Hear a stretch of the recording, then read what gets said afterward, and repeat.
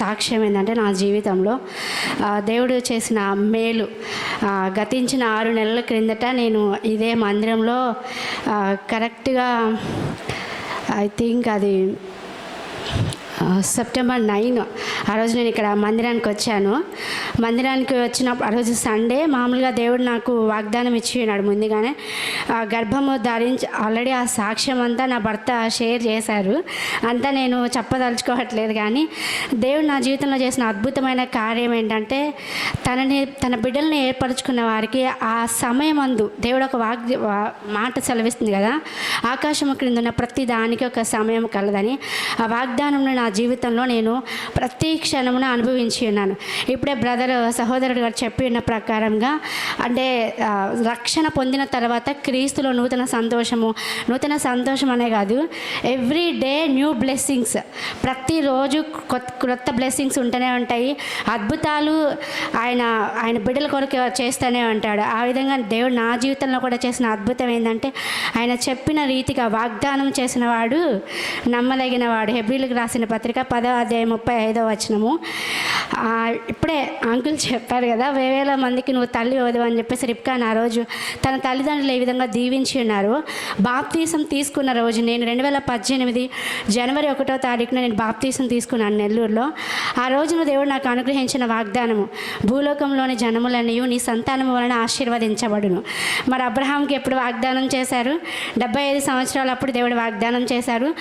రమారమి 100 ఏళ్ళ వయసులో అంటే 99 సంవత్సరాలకి దేవుడు అది అనుగ్రహించి ఉన్నారు. మనం అనుకుంటాం వాగ్దానం చేసినప్పటికీ మన పరిస్థితులు ఎలా ఉంటాయో అని చెప్పేసి. కానీ దేవుడు నీవు మంచిగా నడిచినాను, ఒకవేళ దారి తప్పిపోయిన కుమారుని మళ్ళీ ఎలా దేవుడు అనుగ్రహించి ఉన్నాడో అప్ అండ్ డౌన్స్ ఖచ్చితంగా ఉంటాయి.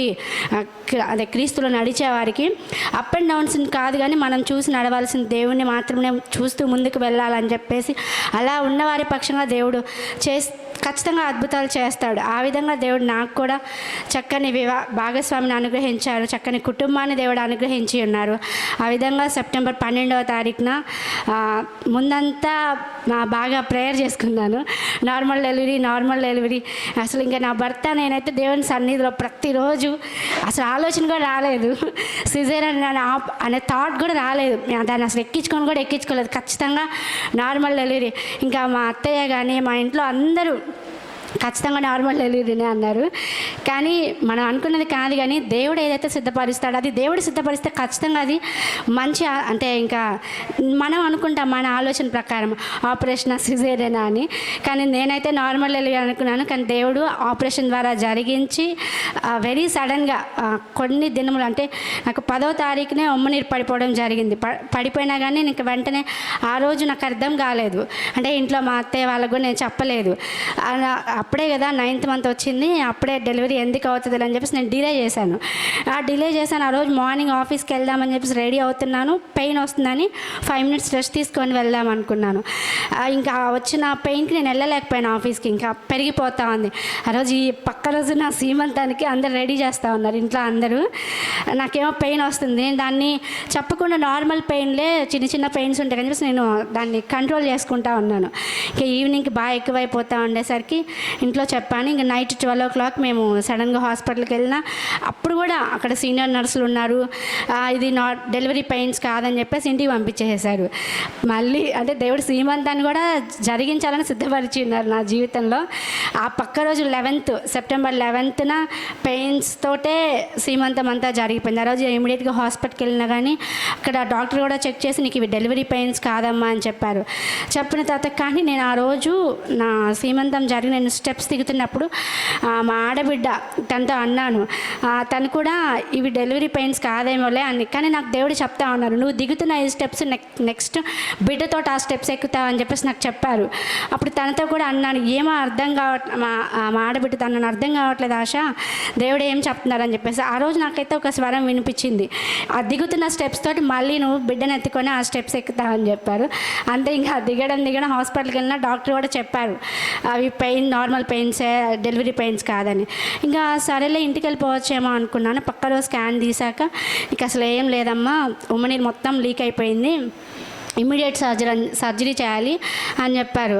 ఇంకా ఆ రోజైతే వచ్చారు మా అత్తయ్య వాళ్ళందరూ వచ్చారు. లేదు నాకు నార్మల్ డెలివరీ కావాలి, మీరు మాట్లాడండి డాక్టర్తో. నేనే వెళ్ళి మాట్లాడాను రూమ్లోకి వెళ్ళి, లేదు మాట్లాడండి అని చెప్పేసి.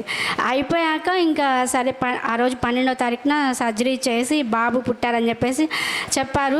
తర్వాత ఇంటికి వెళ్ళాక కూడా దేవుని అడుగుతున్నాను, ప్రభా అన్నీ మీరు చెప్పినట్లుగా జరిగించారు నా జీవితంలో, మరి ఎందుకు నార్మల్ డెలివరీని అనుగ్రహించలేదంటే, నేను ఇంకా అదే ఆలోచనలో ఉంటావా, నీకేది శ్రేష్టమైనదో నాకు తెలియదా అంటే మనం ఆలోచిస్తాము, ఈ వేలో పెట్టుకొని ఈ వేలో అద్భుతం కొరకు ఎదురు చూస్తాము, కానీ దేవుడు ఆ వేలో రారు. ఆ రోజు ఇశ్రాయేలు కూడా పక్క మార్గంలో గుండా మమ్మల్ని తీసుకెళ్ళొచ్చు కదా, ఎర్ర సముద్రం మధ్యలోంచి మాకు దారి ఎక్కడ వస్తుంది అని అనుకుంటారు.